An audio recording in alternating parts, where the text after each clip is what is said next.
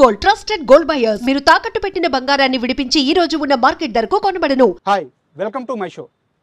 ఈరోజు మనతో పాటు ఉన్న గెస్ట్కి 2 తెలుగు రాష్ట్రాల్లోనే కాదు, యావత్ సినీ ప్రపంచంలో పరిచయం అవసరం లేదు. 47 సంవత్సరాలుగా ఆయన సినిమా కెరీర్ కొనసాగుతుంది. 700 పైగా చిత్రాలు, అందులో 100కి పైగా తెలుగులోని హీరోగా ఆయన నటించారు. ఆయన సినీ ప్రపంచానికి శ్రీనివాసుడు. ఆయన్ని చూసి మురిసిపోయిన కోట్ల మంది అభిమానులు ఉన్నారు. అలాంటి ఒక లెజెండరీ వ్యక్తి ఈరోజు మనతో ఉన్నారు. ఆయనే మన సుమన్ గారు.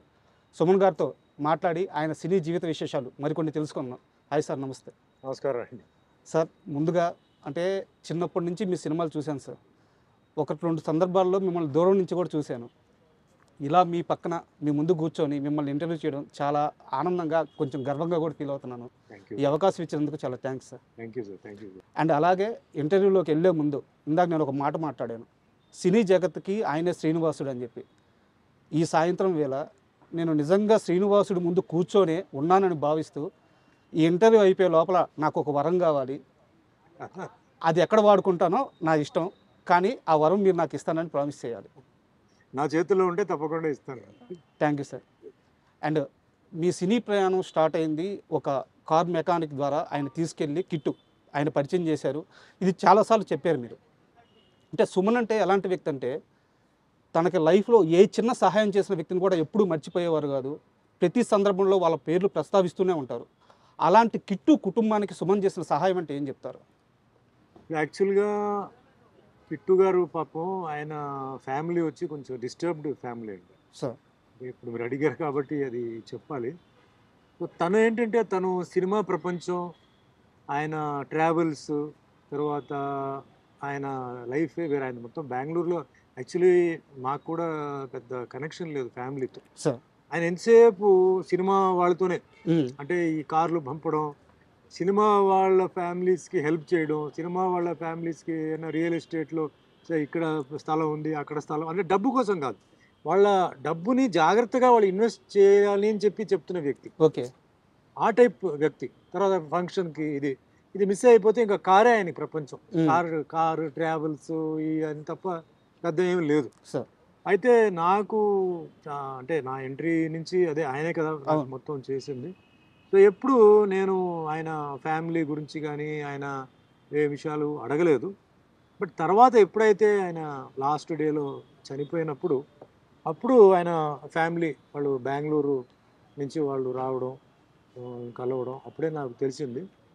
ఎక్కువ మాకు ఎవరికి సినిమా వాళ్ళకి ఎక్కువ పరిచయం లేదు కాబట్టి వాళ్ళు కూడా మాతో ఎక్కువ పెద్దగా ఇది కనెక్షన్ పెట్టుకోలే. సార్, వచ్చారు, మాట్లాడారు, అంత ఆ సిచ్యువేషన్లో డిస్కస్ చేయాల్సిన ఒక టాపిక్ కాదు. తర్వాత అంటే ఆయన లాస్ట్ డేస్ చెన్నైలో జరిగింది. సో తర్వాత ఇక్కడ మళ్ళీ వచ్చేసాం అనమాట. సో దాంతో ఏంటంటే మాకు ఎక్కువ ఏమి తెలియదండి అసలు మ్యాటరు, వాళ్ళ ఫ్యామిలీ బ్యాక్గ్రౌండ్ గురించి కానీ. అంటే నేను పర్సనల్గా జనరల్గా ఎవరు పర్సనల్ మ్యాటర్స్కి వెళ్ళను. అంటే వాళ్ళ ఫ్యామిలీ ఎక్కడ ఉంది అదే వాళ్ళుగా చెప్తే ఓకే, కానీ పర్సనల్ మ్యాటర్స్లో నేను ఎప్పుడు ఇంటర్ఫియర్ చేయడం నాకు ఇష్టం లేదన్నమాట. అంటే ఈ క్వశ్చన్ అడగడానికి కారణం ఏంటంటే సార్, మీరు చాలా ఇంటర్వ్యూలో కిట్టు నా గాడ్ ఫాదరు, ఆయన ద్వారానే ఇండస్ట్రీలోకి వచ్చానని చెప్పారు. సో తర్వాత కిట్టు ఏమయ్యారు అనేది చాలా మందికి తెలియదు. అవునవును. సో అందుకని ఈ క్వశ్చన్ అడిగాను. ఇప్పుడు చనిపోయి ఆల్మోస్ట్ 10 years పైన అయిపోయింది సార్.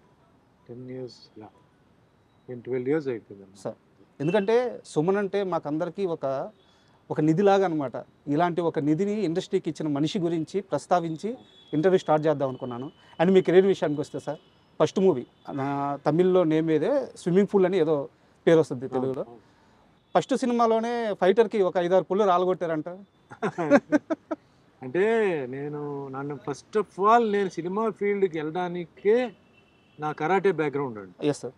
అంటే పర్సనాలిటీ అప్పుడు ఉంది సార్, కానీ యాక్టింగ్ తెలియదు, డాన్సింగ్ తెలియదు.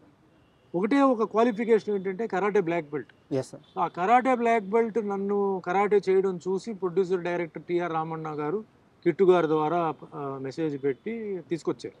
సో నాకేంటంటే అప్పుడు ఒరిజినల్గా స్టంట్స్ చేయడం, కరాటేలో మాకు ఏదైతే నేర్పించారో అది చూపించడం అదే అయింది. ఈ స్టంట్లో ఏంటంటే టచ్ చేయకుండా కెమెరాకి ఓవర్లాప్ చేసి చేయడం ఇవన్నీ తెలీదు. సో ఫైట్ చేసేటప్పుడు తెలియకుండా హ్యాండ్ పంచ్ కొట్టి ఒక 2-3 పళ్ళు పాపం ఎగిరిపోయింది. తర్వాత చూసి అది ఆల్రెడీ పోయిన పర్లేదు, ఊరికే కట్టించి పెట్టారనమాట. ఆయన అన్నాడు, ఏం వరే అవుతుంది సార్, ఆల్రెడీ ఈ పళ్ళు వేరే షూటింగ్లో పోయింది, ఇది కట్టిన పళ్ళు అండి కాబట్టి ఓకే అని అన్నారు. బట్ అంతే తప్ప డెలిబరేట్గా కొట్టడం అలాంటిది ఏం లేదు. బట్ నేను మట్టుకు అప్పుడు ఏం చెప్పినంటే, అంటే వాళ్ళు ఏంటంటే ఆర్టిస్ట్ని టచ్ చేయకుండా చేసేవారు. టచ్ చేయకుండా చేసే నాకు రియాక్షన్ వచ్చేది కాదు. సార్ మీరు టచ్ చేయకపోతే నాకు రియాక్షన్ రాదు సార్, మీరు కొట్టండి అని చెప్పి ఉల్టాగా వాళ్ళ దగ్గర నుంచి నేను టచ్ అయ్యేలాగా నేను కొట్టించుకున్నాను. అప్పుడే రియాక్ట్ అయ్యాను. తర్వాత ఏంటంటే సినిమా ఫైట్ అంటే రియల్ ఫైట్ కాదు, ఇది టచ్ అవ్వకుండా చేయాలి. అంటే నేల మీద దొల్లడం, పైనుంచి దూకడం అవన్నీ నిజం. మిగతంతా టచ్ చేయకుండా కెమెరాకు ఓవర్లాప్ చేసి చేయడం ఇవన్నీ తర్వాత నేర్చుకున్నాను అనమాట. అండ్ అప్పటికే మీరు తమిళ్లో చాలా పెద్ద స్టార్ అయిపోయారు. తెలుగులో అప్పటికి ఏంటంటే సీనియర్ హీరోలు అప్పుడప్పుడే తగ్గుతూ యంగ్స్టర్స్ వస్తున్నారు. అలాంటి టైంలో కరెక్ట్ టైంలో మిమ్మల్ని తెలుగులోకి తీసుకొచ్చింది భానుచంద్ర గారు. తమ్మారెడ్డి భరద్వాజ్ గారితో ఇద్దరు కిలాడీలు అనే మూవీ ఫస్ట్ ఛాన్స్ వచ్చింది, కానీ ఆ సినిమా లేట్ అయ్యి తరంగని ముందు రిలీజ్ అయ్యింది. రేదిగి నరసింహారావు డైరెక్టర్, ఫస్ట్ డైరెక్టర్ రేదిగి నరసింహారావు గారు, నా ఫస్ట్ ప్రొడ్యూసర్ తమ్మారెడ్డి భరద్వాజ, నన్ను పరిచయం చేసింది భానుచందర్. అవును. బట్ అది ఆగిపోవడంతో ఏమంటే నాకు ప్రతాప్ పాట్స్ రాఘవ గారు, అంటే అంతకు ముందు అడిగింది ఆయనే. అప్పుడు ఈ సినిమా చేస్తున్నా అని చెప్పి తర్వాత రమ్మంటే ఆయన ఇంట్లో రామయ్య వీధిలో కృష్ణ సినిమా మొదలు పెట్టారు. ఓకే. కోడి రామకృష్ణ గారు కూడా వచ్చి నన్ను అడిగారు ఏవిఎం స్టూడియో చెన్నైలో. లేదండి నేను ఒకటి చేస్తున్నాను, ఒకటి అయితే చూద్దాం అని చెప్పి నేను పెండింగ్ పెట్టాను. తర్వాత వచ్చారు.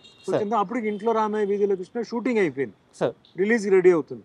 అప్పుడు తరంగని సినిమా షూటింగ్కి ఆఫర్ చేసి ఆ గ్యాప్లో ఒక 18 days గ్యాప్లో తరంగని సినిమా హైదరాబాద్లో షూటింగ్ చేసి 18 daysలో ఫినిష్ చేసిన సినిమా 1 year ఆడిందండి. సూపర్. అంటే మీరు ఇక్కడ ఇండస్ట్రీలోకి, తెలుగు ఇండస్ట్రీలోకి అడుగుపెట్టే టయానికి మీలాంటి యంగ్స్టర్స్లో పోటీగా ఉన్న హీరోలు అంటే అప్పటికి ఎవరు సార్? అప్పట్లో చాలామంది, అప్పుడు న్యూ కమర్స్ వస్తున్న ఒక సీజన్ అండి సార్. చాలామంది న్యూ కమర్స్, అంటే నేను దాని గురించి పెద్దగా నేను ఇదవలా, నేను మామూలుగా చేశాను. అంటే అప్పుడు తెలుగు తమిళ్ రెండు చేస్తున్నాను. అవును. ఇక్కడ పూర్తిగా తమిళ్ వదల్లా. అప్పుడు తమిళ్లో ఉన్నాను, తెలుగులో ఉన్నాను. ఎందుకంటే సినిమా నాది రిలీజ్ అవలా. సో అటు ఇటుగా ఉన్నాను. ఇక్కడ ఏం జరుగుతుందో తెలియదు. తరంగిణి సినిమా షూటింగ్ అయిపోయింది అన్నారు, ఇద్దరు కిలాడ్లు బ్యాలెన్స్ ఉందన్నారు, ఇంకా వదిలేసి తమిళ్లో అప్పుడు డార్లింగ్ చేస్తున్నాను, భాగ్యరాజ్ గారు డైరెక్షన్. తర్వాత సినిమా హిట్ అయింది. సినిమా హిట్ అయిన తర్వాత అప్పుడు ఇక్కడికి వచ్చినప్పుడే చాలామంది హీరోస్ ఉన్నారు. అర్జున్ ఉన్నారు, చిరంజీవి గారు సీనియర్, అలాగే ఆయన ఇండస్ట్రీలో ఉన్నారు. అర్జున్ నాకు తెలిసి భానుచందర్, తర్వాత అట్లా వచ్చారనమాట. శివకృష్ణ గారు అందరూ వచ్చారు హీరోలు. సార్ 1984లో ఒక హీరో రెమ్యునరేషన్ 4 నుంచి 5 లక్షలు. అప్పట్లో సౌత్లో ఏ హీరోకి ఆ రెమ్యునరేషన్ లేదు, ఒక సుమన్ గారు మాత్రమే ఆ రేంజ్ రెమ్యునరేషన్ తీసుకున్నారు అని చెప్తుంటారు. నిజమేనా? నాకు తెలియదు సార్. అంటే యాక్చువల్గా నేను డబ్బును పెద్దగా నేను చూసి చేయలేదు సార్. నాకు డబ్బు కొన్ని ప్రొడ్యూసర్స్ ఎక్కువ ఇచ్చారు, తక్కువ ఇచ్చారు. నేను అప్పుడు ఏంటంటే కెరియర్ని స్ట్రాంగ్ చేయాలని చెప్పేసి నేను మెయిన్గా సబ్జెక్టు, క్యారెక్టర్, ఎవరు సాంగ్స్ బాగా తీస్తారు, ఎవరు ఫైట్ బాగా తీస్తారని చెప్పి చేసేవాళ్ళు. తర్వాత ఈ మార్కెట్ గొడవ అంతా నాకు తెలియదండి సార్. మార్కెట్, సినిమా ఎంత కలెక్షన్ అయింది, మనం ఎంత అడగాలి, సినిమా పోయిందా మనం ఎంత అడగాలి, ఏం తెలీదు. ఒక ప్రొడ్యూసర్ వచ్చేసి ఎప్పుడు వచ్చాడు, సార్ స్టోరీ చెప్పండి. ఇప్పుడు కూడా అదే నేను చెప్పేది, స్టోరీ చెప్పండి, నా క్యారెక్టర్ చెప్పండి. అంటే సార్ డబ్బు ఎంత తీసుకుంటారు, అది పాయింట్ కాదు, నా స్టోరీ చెప్పండి, క్యారెక్టర్ చెప్పండి. అప్పుడు ఎన్ని రోజులు మీరు చేస్తారు, ఏం చేస్తారు, అప్పుడు కూర్చొని మాట్లాడతాం. ఇప్పుడు కూడా అదే, అప్పుడు కూడా అదే. డబ్బు నా లెక్కలో ఏంటి సార్, ఆటోమేటిక్గా మార్కెట్ పెరిగినప్పుడు అదే వస్తుంది సార్, మనం అడగాల్సిన పని లేదు, ఆటోమేటిక్గా. ఆ విధంగా నాకేంటంటే కొన్ని ప్రొడ్యూసర్స్ దగ్గర కొంచెం ఎక్కువ వచ్చింది, డబ్బు గురించి నేను పెద్దగా నేను చేయలే. బట్ అప్పట్లో అది రికార్డ్ అండి సార్. అంటే సౌత్లో మేబీ అప్పట్లో మొత్తం అన్ని లాంగ్వేజ్లో కలిపి ఏ హీరో కూడా ఆ రేంజ్ రెమ్యునరేషన్ లేదంట. లేదు సార్. అప్పుడు ఆల్రెడీ తమిళ్లో రజనీకాంత్ గారు, కమల్ హాసన్ గారు వాళ్ళందరూ హై రేంజ్లో ఉన్నారు. అప్పుడు తెలుగు ఈ జనరేషన్, సెకండ్ జనరేషన్ అంటే రామారావు గారు, నాగేశ్వరరావు గారు, కృష్ణ గారు, కృష్ణరాజు గారు, సోహన్ బాబు గారు తర్వాత బ్యాచ్ మేమే, మొత్తం బ్యాచ్. మరి ఆ బ్యాచ్ల్లో మేబీ నేను హై రెన్యూమరేషన్, నాకు ఎప్పుడు సుమన్ రెన్యూమరేషన్ డిమాండ్ చేసేటప్పుడు ఎప్పుడు కంప్లైంట్ రాలేదు, ఎక్కడ రాలే. దానికి కూడా నా దగ్గర ఒక క్వశ్చన్ ఉంది సార్. ఈ మధ్య మీరు ఒక ఇంటర్వ్యూలో మాట్లాడుతూ 99 సినిమాలు అయినాయి, 100వ సినిమా కావట్లేదు, అంటే సినిమాలు చేస్తున్నా, నేను హీరోగా ఆ 100 సినిమా పూర్తయితే చేద్దామని చెప్పి కొన్ని రోజులు వెయిట్ చేశాను, కరెక్ట్గా అలాంటి సమయానికి సత్యనారాయణ, అది పేరు నాకు గుర్తు రావట్లేదు, మీ 100వ సినిమా, ఆ సినిమా ఛాన్స్ వచ్చింది. ఫస్ట్ వాళ్ళు ఏం చెప్పారంటే మామూలు ఆర్టిస్ట్, క్యారెక్టర్ ఆర్టిస్ట్ లాగే నేను అక్కడికి వెళ్ళాను. తీరా అక్కడికి వెళ్ళిన తరువాత తెలిసింది నా మీదే 4 పాటలు ఉన్నాయి, నేనే ఆ cinema hero, full length character నాదే అని చెప్పి అక్కడికి వెళ్ళి నాకు తెలిసింది. చాలా హ్యాపీగా ఫీల్ అయ్యాను. 100వ సినిమా ఫినిష్ చేశానని చెప్పి మీరు ఒక ఇంటర్వ్యూలో చెప్పారు. ఇక్కడ నా క్వశ్చన్ ఏంటంటే, క్యారెక్టర్ ఆర్టిస్ట్గా ఒక రెమ్యునరేషన్ ఉంటుంది సార్, హీరోగా అయితే ఆ రెమ్యునరేషన్ మారుద్ది. మీరు అక్కడ కూడా ఏం నన్ను క్యారెక్టర్ ఆర్టిస్ట్ అనుకున్నాను, ఇప్పుడు నన్ను హీరోని అంటున్నారు, నా రెమ్యునరేషన్ పెంచండి, ఇలాంటి డిమాండ్ ఏం చేయలేదా? సినిమా ఫీల్డ్లో ఉండడానికి కొన్ని సూత్రాలు ఉన్నాయి, కొన్ని సీక్రెట్స్ ఉన్నాయి సార్. ఫస్ట్ థింగ్ ఏంటంటే you have to be destined. Sir. నీ తలరాతిలో రాసి ఉంటేనే నువ్వు సినిమా ఫీల్డ్లో ఉండగలుగుతావు. సార్. డామినేట్ చేసేది అది రెండోది, పొజిషన్ అనేది మూడోది. సార్. ఇవన్నీ గ్రేడ్స్ ఉన్నాయి. కానీ ఇండస్ట్రీలో ఉండాలంటే నీ తలరాతో చేతిరాతో ఉంటే తప్ప నువ్వు ఉండలేవు, ఒకటి. సెకండ్ థింగ్, నువ్వు అందరితో డార్లింగ్గా ఉండాలంటే ఫస్ట్ థింగ్ ఏంటంటే సెట్లో అందరితో మంచిగా ఉండాలి, ఫ్రెండ్లీగా ఉండాలి. సార్. గర్వం, సక్సెస్ వచ్చినప్పుడు గర్వం, తర్వాత అహంకారం అవన్నీ లేకుండా ఎంత లో ప్రొఫైల్ వెళ్తే అంత మంచిది. ఆర్టిస్టులే కాదు, టెక్నీషియన్స్ని కూడా నువ్వు నవ్వుతూ మాట్లాడుతూ ప్రేమించి మర్యాద అంటే ఇస్తుంటే, ఇదన్నీ ఏంటంటే connections, is are all wires to connect to longevity అని చెప్పి నాకు మెసేజ్ చేయాలి. అని ఎప్పుడూ రెన్యుమరేషన్ అడగొద్దు. ఓకే. నీ రెన్యుమరేషన్ ఆటోమేటిక్గా నీకు వస్తాయి. నీ రేట్ ఇంత, నాకు ఇంత అంత వెళ్ళు మార్కెట్లో. ఎందుకంటే నీ సినిమా కొన్నవాడు ముందు బాగుపడాలి. నీ ప్రొడ్యూసర్ ముందు ఏంటంటే అమ్మయ్య నేను సుమన్తో చేస్తే నాకు డబ్బు మిగిలింది అని ఫీలింగ్ రావాలి. డైరెక్టర్ అనేవాడు సుమన్ వస్తే నాకు టెన్షన్ లేదయ్యా, చెప్పింది చేస్తాడు వెళ్ళిపోతాడు, చెప్పిన డేట్ ప్రకారం వస్తాడు పోతాడు. ఇలాంటిదని నువ్వు సంపాదించుకోవాలి. ఎప్పుడు ఈ రూల్స్ పెట్టుకొని చెప్పాడండి ఫస్ట్ నా టిఆర్ రామన్న గారు. ఈరోజు కూడా నేను అదే పాటిస్తున్నాను. 47 years in a field is not a joke అండి. Yes sir. So many generations, అవును, so many challenges, so many competition, not 1 language, 11 languages. Sir. ఇదే సూత్రాలు నేను పాటిస్తున్నాను. నా character I'm very strict.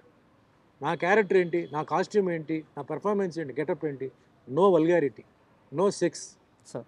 No anti patriotism, దేశానికి విరుద్ధంగా మాట్లాడటం, సార్. కులం, మతం. ఎంత డబ్బు ఇచ్చినా నేను చాలా సినిమాలు వదులుకున్నాను. ఎంత డబ్బు ఇచ్చినప్పుడు డబుల్ మీనింగ్ డైలాగులు, సెక్స్ డైలాగులు, ఈ డైలాగ్ మానేశాను. ఖాళీగా ఉన్నాను ఇంట్లో. సార్. సుమన్ కొన్ని రోజుల్లో ఖాళీగా ఉన్నాడని కారణం ఏంటంటే అప్పుడు ఆ సీజన్ జరుగుతుంది. ఓకే. డబుల్ మీనింగ్ డైలాగ్స్తో సినిమా, కామెడీ గీమిడీ అన్నది నేను పోలా. అప్పుడుగా అన్నమయ్య సినిమా చేయలా. సార్. అప్పుడుగా మామూలు సుమన్ హీరో. సార్. నేను ఎందుకంటే నేను చాలా కష్టపడి ఒక ఇమేజ్ని సంపాదించుకున్నాను సార్. నాకు ఎవరు బ్యాకింగ్ లేదు. నేను సినిమా ఫీల్డ్కి సంబంధించిన వాడు కాదు, యాక్టింగ్ తెలియదు, ఏమీ తెలియదు. మొత్తానికి భగవంతుడు తీసుకొచ్చి పెట్టాడు. తర్వాత నాకు తెలిసిన విషయం ఏంటంటే ఒక శ్రీనివాసుడు క్యారెక్టర్ చేయడానికి పైనుంచి ఆయన నన్ను సృష్టించాడు, నన్ను చేయించాడు అని చెప్పి తర్వాత తెలిసింది నా బుర్రకి. అప్పుడు దాకా నాకు తెలియదు. సార్. సుమన్ ఎందుకు వచ్చాడు ఓ ఫీలింగ్ వస్తే, ఒక శ్రీనివాసుడు క్యారెక్టర్ చేయడానికి ఆ శ్రీనివాసుడు నువ్వే క్యారెక్టర్ నా సినిమా చేయడానికి అని చెప్పేసి నాకు ఆ లైన్ నాకు ఇచ్చి నన్ను తయారు చేసి, ఎందుకంటే ఆ క్యారెక్టర్ చేయడానికి కేవలం మేకప్ వేయడం, పూసుకోవడం, చేయడం కాదండి. ఎంతో త్యాగం చేశావు. కాళ్ళకు చెప్పులు వేయలేదు. 8 నెలలు నేల మీద పడుకున్నాను. 8 నెలలు ఉదయం 3 గంటలకు లేచి 5 గంటలకి అన్నపూర్ణ స్టూడియోలో మేకప్ వేసి ఇట్స్ ఆన్ రికార్డ్. సార్. చలి, ఎండ అన్నిటికీ చేశాను. సరే ఇవన్నీ పక్కన పెట్టండి. ఆ సినిమా రిలీజ్ అయిన తర్వాత పెద్ద హిట్ అయిన తర్వాత president of India Shankar Dayal Sharma గారితో పక్క పక్కనే కూర్చొని సినిమా చూసే భాగ్యం నాకు ఆ దేవుడు ఇచ్చాడు. సో వీటన్నిటికీ అన్ని సంవత్సరాలు నాకు పరీక్ష, అన్ని సంవత్సరాలు నాకు ట్రైనింగ్, అన్ని సంవత్సరాలు ఏంటి ఆ మొహంలో మేకప్ వేసినందుకు మాత్రం కళ రాదు సార్, దేవుడు కళ రాదు. అయ్యో, ఆ పవర్ రావాలి. అవును, అది పైవాడు ఇవ్వాలి. అది ఇచ్చాడు, చేశాడు. సో నేను ఆ రూట్లో నేను ఎప్పుడు ఆలోచిస్తుంటానండి. మన చేతిలో ఏమీ లేదు సార్. 300 మంది పైకి ఎక్కారు, 3 నిమిషాల్లో ఎగిరిపోయారు సార్ ఫ్లైట్లో. ఏం గ్యారంటీ ఉందండి? ఇంకో 10 నిమిషాల తర్వాత ఏం జరుగుతుంది ఎవడికి తెలియదు. సో ఎక్కువ నేను ఆశలు పెట్టుకోవడం, ఎక్కువ అది ఇది లేదు. చిన్నప్పటి నుంచి మా అమ్మగారు కూడా చాలా అంటే ఒక ప్రిన్సిపల్గా ఉండేవారు. సో అన్నీ కొంచెం బుద్ధిజము, నా కరాటే స్కూల్లో కూడా బుద్ధిజం గురించి, కర్మ గురించి అవన్నీ, సాంస్క్రిట్లో భగవద్గీత చదివాను. అది పెద్ద నాకు ఒక వరం. లైఫ్ అంటే ఏంటి అని మా అమ్మగారు నేర్పించే, అంటే నేర్చుకోమని చెప్పింది. సో అట్లా నా లైఫ్ మిగిలిన వాళ్ళలాగా కాదండి. Came up the very hard way. Challenges అందరికీ ఉంటాయి. నేను కూడా ఏదో ఒకటే పోరాడే అని కాదు. ప్రతి ఒక్కరి ఛాలెంజ్ వేరే వేరే స్టైల్లో ఉంటుంది, వేరే వేరే ప్రశ్నలు ఉంటాయి. అంటారు కదా, never copy the neighbours answer paper అప్పుడు ఆయన క్వశ్చన్స్ ఆర్ ఎవరి లైఫ్ వాళ్ళది. వాళ్ళ లైఫ్ వేరే. Sir comparison, no comparison. నేను ఎప్పుడు నాతో పాటు కాదు, నా కింద ఉన్న వాళ్ళతో కంపేర్ చేస్తాను. భగవంతుడు నాకు ఇది ఇచ్చాడు, ఇది మనం కాపాడుకోవాలి. ఎవడేం చెప్పినా నాకు అనవసరం. నేను చేసేది రైటా రాంగా. సార్ తర్వాత ఎవరినైనా నేను ఒకవేళ ఏదైనా అనేస్తే తర్వాత వెళ్ళిపోయి నేను క్షమాపణ అడిగితే అనలా. ఒకవేళ అని ఉంటే నాకు అనిపించింది ఇట్లా, సారీ మా ఏదో మూడ్లో అలా చెప్పాను, వేరే ఏం కాదని చెప్పి నేను క్షమాపణ, నాకన్నా కింద స్థాయిలో ఉన్నవాడు కూడా నేను క్షమాపణ అడిగిన రోజులు ఉన్నాయి. ఇవన్నీ ఏంటంటే లైఫ్లో నాకు ఎక్స్పీరియన్స్తో, మా అమ్మగారిది, మాకు కొంచెం ఇలా ఫిలాసఫికల్గా కొన్ని టీచర్స్ వాళ్ళతో నేను నేర్చుకుని, అంటే టైం ఇది వేరే. అంతేకాదు నేను టైంని 200% నమ్ముతున్నాను సార్. టైంని మీ కష్టాన్ని. Sir it is time sir. Next మన కష్టం సార్. కష్టపడింది ఎప్పటికీ పోదు సార్. సార్ అది ఏదో ఒక టైంలో మనకు ఆ ఫలితాలు వస్తాయి. And for more videos, Please subscribe to iDream. Please subscribe to iDream. Please subscribe iDream. And please subscribe to iDream. For more videos, subscribe to iDream. please like, share and subscribe to the channel. Congratulations, iDream. Subscribe to iDream. Subscribe to iDream. So subscribe to iDream Media. iDream ki iDream team andarki huge congratulations. Please subscribe iDream Media. Please subscribe to iDream. Subscribe iDream. Please subscribe to iDream. iDream అంటే నా కళల channel subscribe చేసుకున్న నోరు తిరుగుతలేదు, మీరైతే గంట గుర్తు కొట్టండి. For more such videos, please subscribe to iDream. Subscribe to iDream. Please subscribe to iDream. Please subscribe iDream Media. Please do subscribe to iDream. Please subscribe to iDream Media. For best entertainment and information, please subscribe iDream. And don't forget to subscribe to iDream.